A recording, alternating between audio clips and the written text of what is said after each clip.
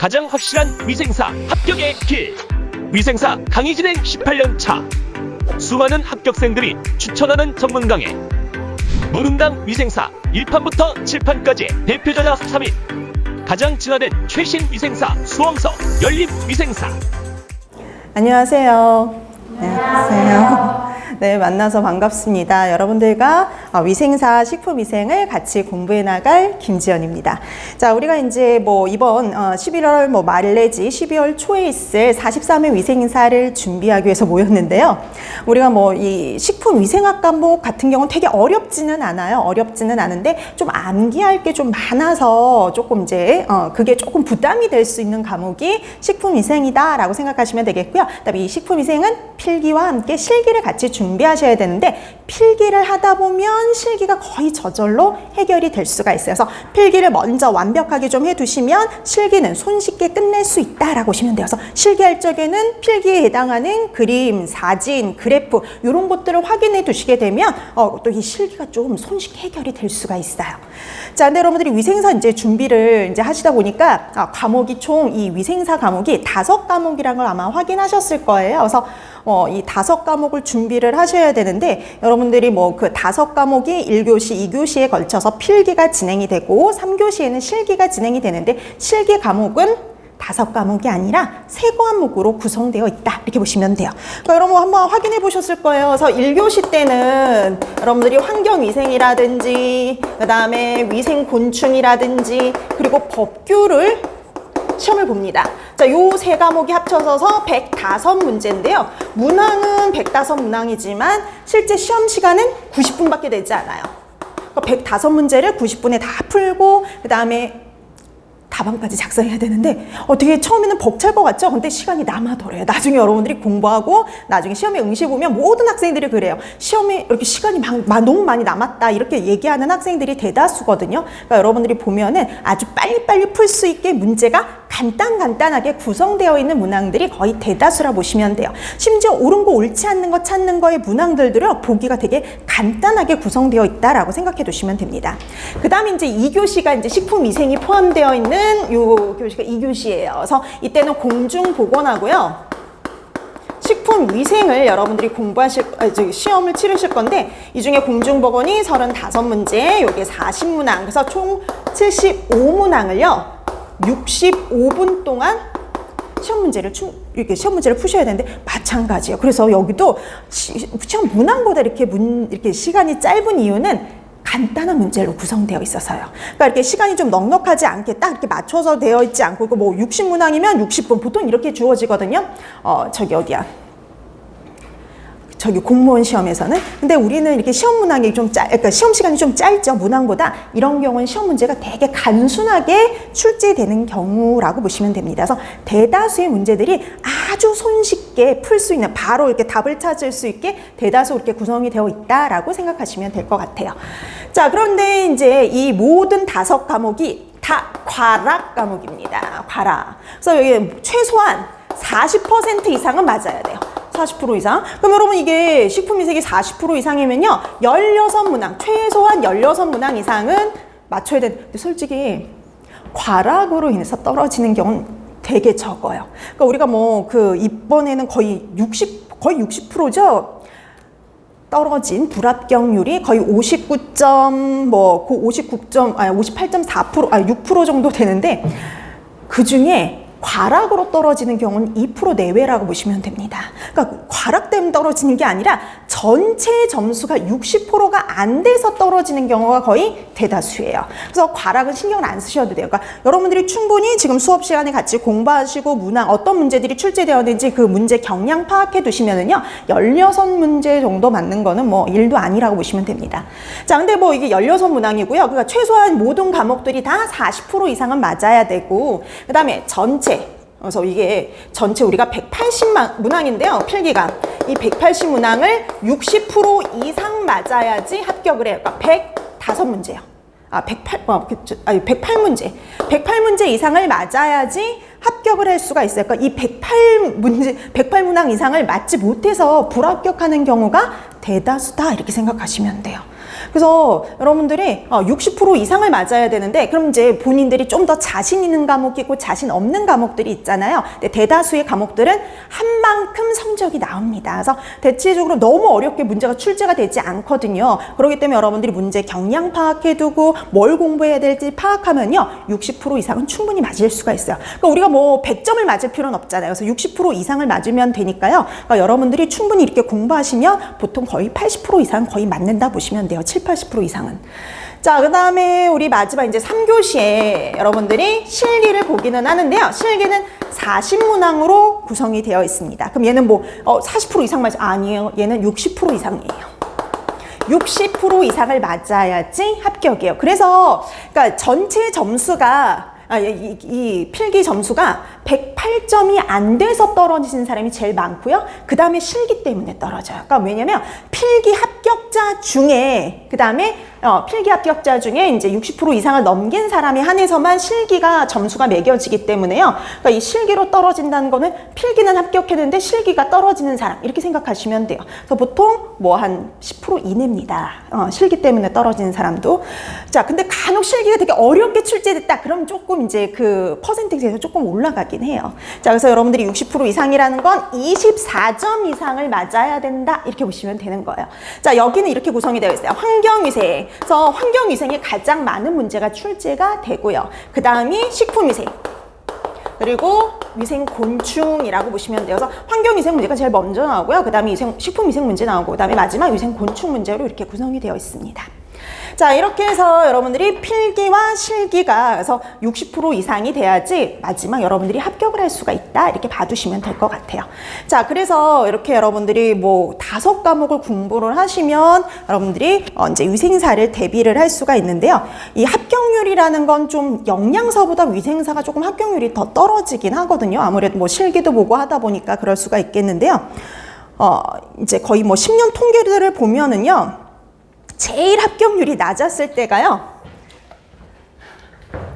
33.5% 정도예요. 그리고 가장 합격률이 높았을 때가 59.8%. 요 범위 안에 있어요. 근데 작년에는 41.6% 정도가 합격을 했습니다. 그래서 41.6%가 아니라 41.4%. 그러니까 한 요 중간, 요 사이라고 생각을 하시면 될 것 같아요. 근데 제일 낮았을 때가요, 33.5%요. 이땐 왜 이렇게 낮았냐? 실기가 어려웠어요. 그래서 실기가 어려워서 실기 때문에 떨어진 사람이 좀 더 많았습니다. 평상시보다 좀 많아가지고 합격률이 좀 떨어졌어요. 그 다음에 예전에 그 2013년에도 한번 합격률이 36%밖에 안 됐던 때가 있거든요. 그땐 필기가 어려웠어요. 필기가 여태까지 나왔던 문제의 유형이 아니라 전혀 딴파. 그러니까 여러분들이 보통 이렇게 공부하시는 분들이 제일 많거든요. 문제답 이렇게 외우시는 분들이 많은데 그렇게 공부했던 사람들이 다 떨어졌던 해가 그때 2013년도라 오시면 돼요. 기존에 나왔던 문제하고 완전히 딴파. 그러니까 시중에 나와 있는 문제집에 있는 문제 유형하고 정말 다른 문제들이 좀 많이 출제가 됐었어요. 그땐 필기 때문에 떨어진 사람들이, 그러니까 뭐 60% 이상이 안 돼서 떨어진 사람들이 가장 많았던 해라고 보시면 돼요. 자, 그런 경우를 빼고는 그 다음에 또 되게 쉬웠던 데도 있거든요. 이번에 위생사 너무 쉬웠어. 이렇게 하면 이제 합격률이 좀 높아져서 거의 60%에 가까워요. 근데 이거 이상을 넘어가는 경우는 거의 없습니다. 그래서 보통은 요 범위 내에서 결정이 되는데 작년에는 41.4%. 근데 여러분 2019년에는 좀 높았어요. 58%대였습니다. 그럴 때다가 이게 조금 17% 정도 떨어진 거죠, 합격률이. 왜냐면 작년부터 공개됐거든요. 위생사 시험이요, 작년부터 공개가 됐어요. 그러니까 여태까지는 공개를 안 했거든요. 공개를 안 하다가 이제 작년부터 공개로 전환이 되면서요, 조금 난이도가 조금 이제 그 높게 나왔을 가능성이 높습니다. 근데 뭐 41.4%는 예전에도 나왔던 뭐 그런 퍼센테이지니까 되게 생소할 건 아니에요. 근데 이렇게 그래서 나오긴 하지만 뭐 어렵게 나왔든 쉽게 나왔든 기본적으로 출제되는 것들이 있어요. 그래서 그런 기본적으로 출제되는 것들을 공부하시면 충분히 합격하실 만한, 그 합격선에 충분히 들어가실 수 있다. 이렇게 생각하시면 될 것 같습니다. 자, 그 다음에 이제 우리가 마지막으로 이제 마지막으로 이제 얘기할 거는, 앞으로 우리가 이제 식품위생 어떻게 수업이 진행이 될 거냐, 요거 마지막, 말씀드리고, 그 다음에 수업 진행하도록 할게요. 자, 우리 식품위생은 우리가 필기와 실기가 있다 그랬죠? 네, 아까도 말씀드렸듯이 필기와 실기 중에, 필기, 실기, 요게 같이 보긴 하지만, 필기 위주라고 보시면 돼요. 그래서 우리가 한 4분의 3 정도는 다 필기예요. 그 다음에 마지막 한 4분의 1 정도가 실기, 이렇게 전체 이렇게 보시면 되는데, 그래서 마지막 한 2주나 2주 반 정도만 실기가 진행이 되고 앞에 다 필기다라고 보시면 돼요. 자, 그 다음에 이제 우리가 필기를 공부할 때도 이론하고 문제를 같이 볼 건데요. 이론 위주입니다. 그러니까 여러분들이 이론을 확실히 해두게 되면요, 어떤 문제가 출제돼도 다 답을 찾을 수가 있어요.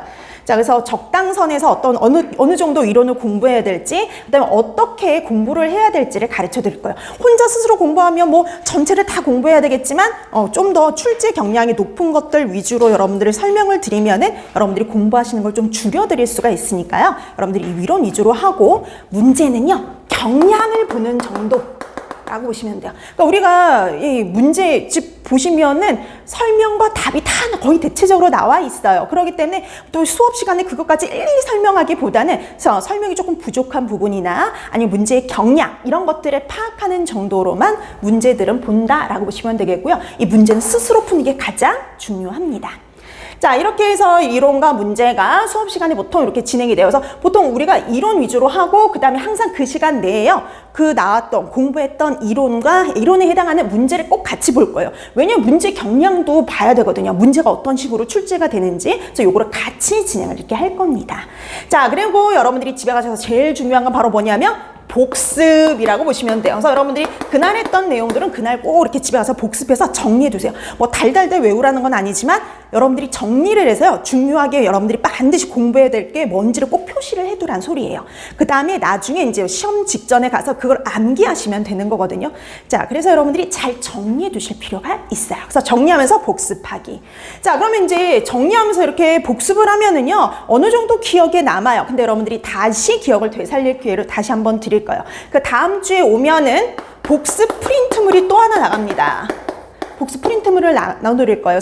그래서 뭐 예전에 나왔던 시험 문제랑 비슷한 유형이라든지 나올 가능성이 높은 문제들 위주로 해가지고요, 여러분들이 지난 시간에 했던 내용들을 다시 한번 복습할 시간을 다시 한번 드리는 거예요. 그래서 항상 조금 수업 일찍 한 10분 전에 꼭 오셔가지고 문제를 좀 풀어 놓으시면 좋을 것 같습니다. 자, 이렇게 해서 수업이 진행된다라고 봐두시면 되겠고요. 그 다음에 이제 우리 네 번째는 뭐 이용하는 거냐면 카페 이용하는 거예요. 우리 네이버 카페 영양만점, 위생만점 다 가입하셨죠? 네. 영양만점, 위생만점 카페에 네이버 카페에 들어가면은요, 합격수기라든지 위생사 시험과 관련된 여러 가지 정보들이 있어요. 그래서 여러분들이 또 이런 카페를 이용해서 충분히 좀 이렇게 활용을 해주시면 좋을 것 같습니다. 자, 그럼 이제 우리 수업에 들어가야 되겠는데, 수업에 들어가기 전에 식품위생학 제일 먼저 거기 차례가 나와 있죠. 챕터 1부터 챕터 5까지 거기 한번 보실래요? 자, 거기 이제 시험 문제에 나오는 것들이 이게 순서대로 정리가 되어 있는데요. 식품위생의 개요 파트에 해썹과 GMO를 넣어놨다 그랬죠. 원래 여러분 이게 한번 시험 문제가 개편이 됐어요. 자, 언제 개편이 됐냐면 2017년도부터 개편이 됐습니다. 그래서 문항수가 줄은 거거든요. 예전에는 문항수가 더 많았는데 이제는 필기 실기 합쳐서 220 문항밖에 되질 않아요. 2017년부터 그렇게 정리가 되면서 어디에서 시험 문제를 낼 거다라는 걸 발표를 했어요.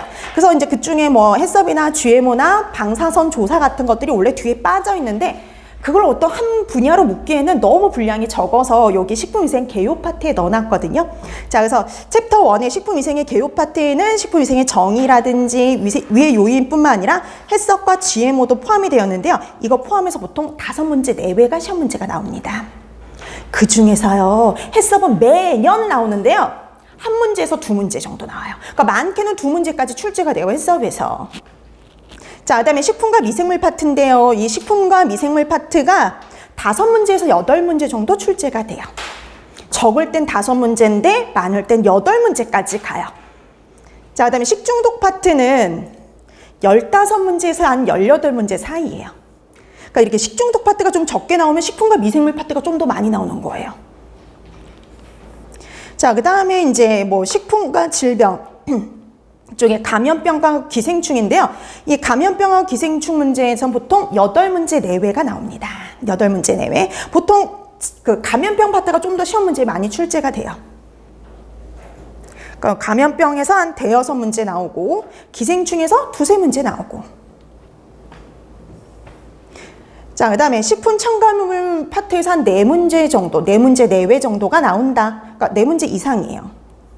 그러니까 보통 네 문제 거의 나오더라고요.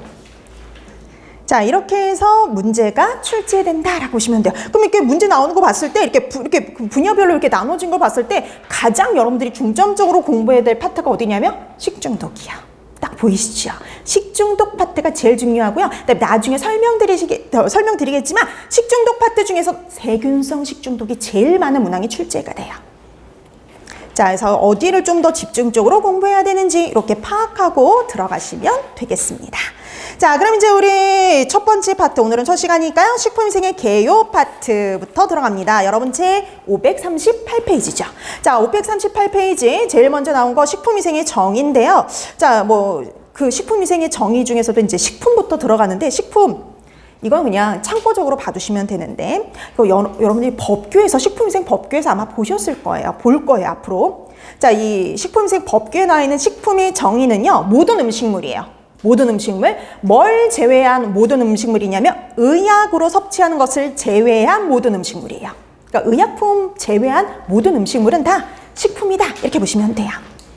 자, 그 다음에 여러분들이 첫 번째 공부해야 될 거 식품위생의 정의.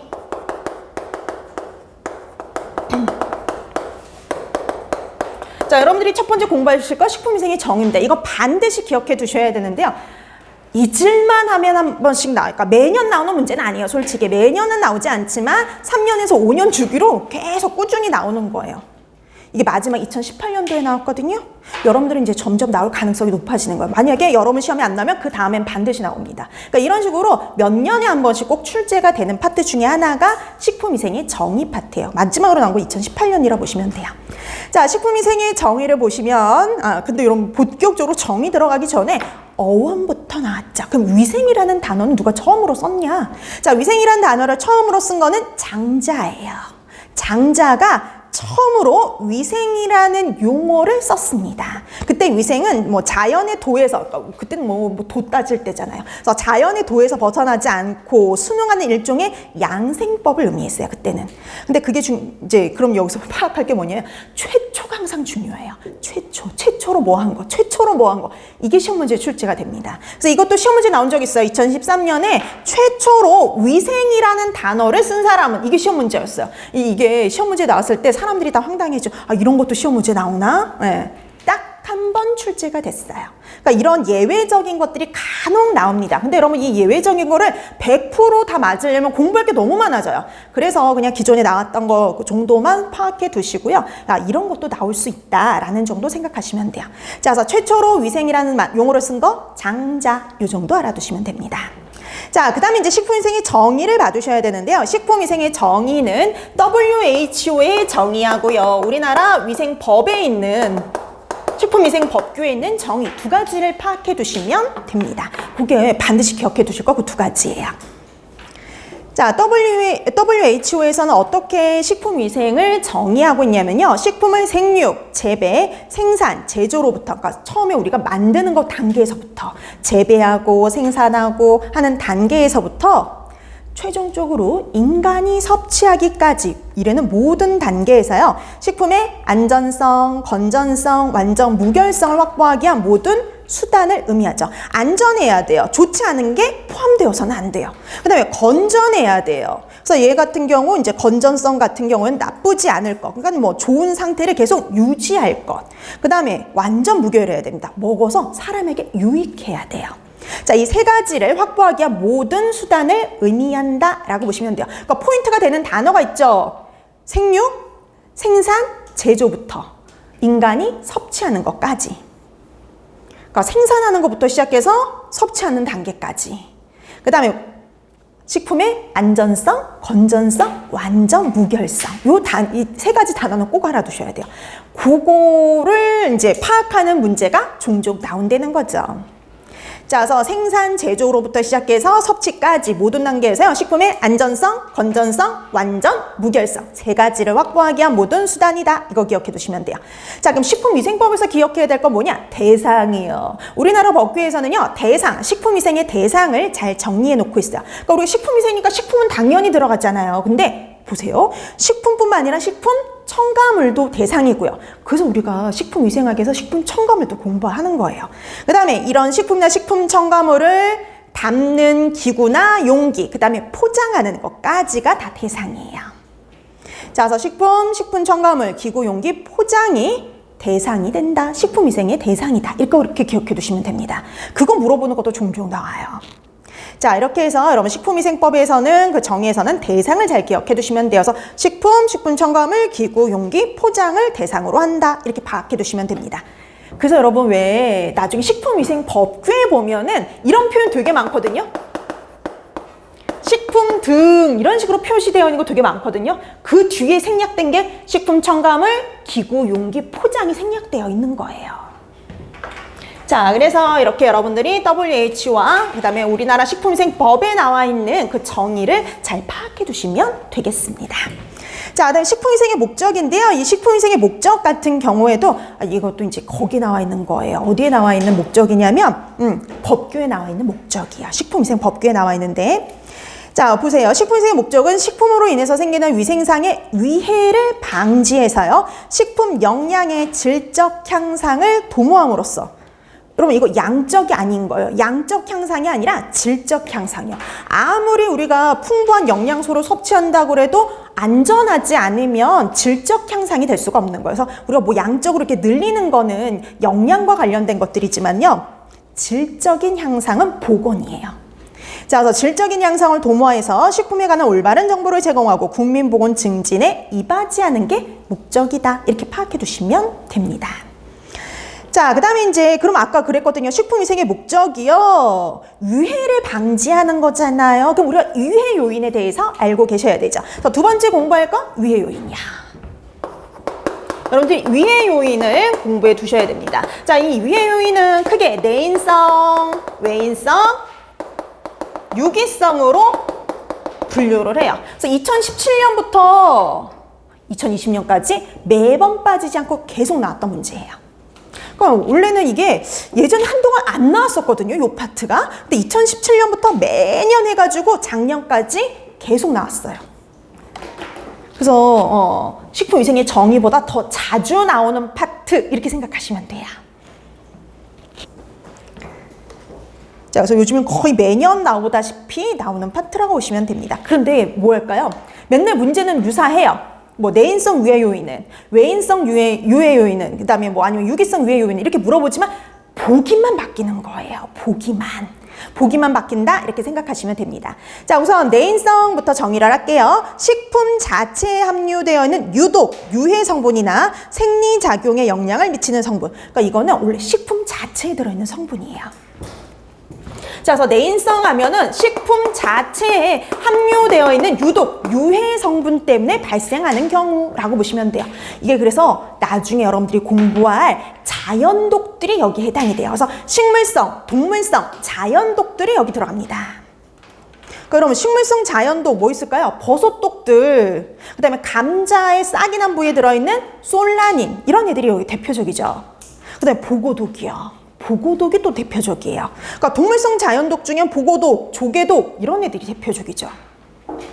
그 다음에 생리작용 성분으로, 그러니까 우리가 비타민을 먹었는데 비타민을 방해하는 애들, 효소의 작용을 방해하는 애들, 그 다음에 갑상선의 문제를 일으킬 수 있는 갑상선 그 호르몬의 작용을 방해하는 물질들, 그다음에 식이성 알레르긴. 여러분 왜 식품 먹고 알레르기가 유발되는 경우 있잖아요. 우유 먹고 알레르기가 유발된다든지 복숭아 먹고 이렇게 막 알러지 발생한다든지 이게 바로 원래 식품 자체에 있는 성분 때문이죠. 그런 게 바로 식이성 알레르긴이에요. 근데 그중에 생리작용 성분 중에 시험 문제 보기로 잘 나오는 애가 있어요. 식이성 알레르긴이요.